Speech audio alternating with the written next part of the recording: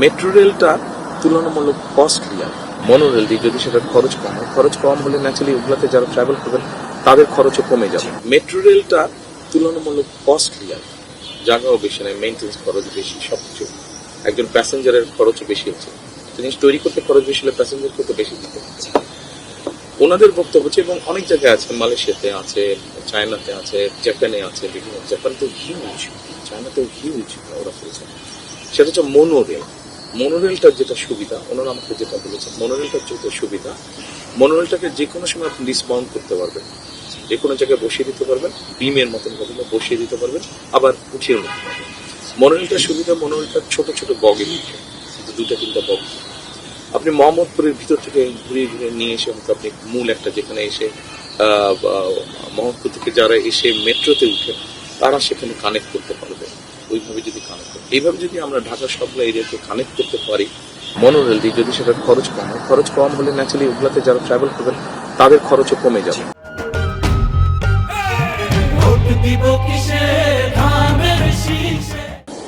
তো এভাবে করে আমরা কনজেশনটাকে দূর করতে পারি। যত সহজে বললাম ব্যাপারটা অত সহজ না, সময় লাগবে, কঠিন কাজটা, বাট নট ইম্পসিবল। আমরা চেষ্টা করলে অবশ্যই হবে। স্যার, আমি একটা কথা বলি। কারিগরি সেক্টরে বেগম খালেদা জিয়ার অবদান অনেক ছিল, হ্যাঁ, কিন্তু এখন সেটা অবহেলিত। এই বিষয়ে আপনি কি করতে চান?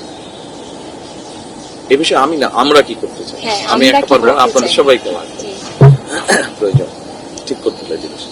দেখুন, এই মুহূর্তে যতটুকু আমার ধারণা আছে, বাংলাদেশ থেকে প্রতি বছর এবার 1 মিলিয়ন পিপল, 10 লাখের মতো মানুষ দেশের বাইরে বিভিন্ন কাজ নিয়ে যাচ্ছে।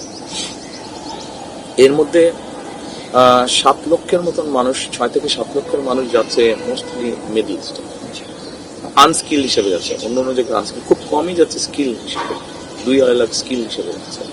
এই যে আনস্কিল যাচ্ছে, এদেরকে যদি আমরা, যেটা উনি করেছেন, ম্যান্ডারিন শিখছেন আমাদের এই বোন, সো আমরা যদি আমাদের ইয়ুথদেরকে বিভিন্ন রকম স্কিল হওয়ার জন্য, সেটা যেমন আমার গাবতলীর ছোট ভাই বলেছে, বগুড়ার ছোট ভাই বলেছে যে কন্টেন্ট মেকিং বা আইটিতে যারা কাজ করে, যারা ফ্রিল্যান্সিং এর কাজ করছে, যারা কন্টেন্ট মেক করছে, যারা ডাটা প্রসেস করছে, যারা ডিজাইনিং এর কাজ করছে, তাদেরকে যদি আমরা স্পেস দিতে পারি, অথবা যারা করতে চাচ্ছে এদেরকে যদি ট্রেনিং এন্ড স্পেস দিতে পারি, তাহলে কিন্তু এখানে একটা জব অপরচুনিটি তৈরি হচ্ছে।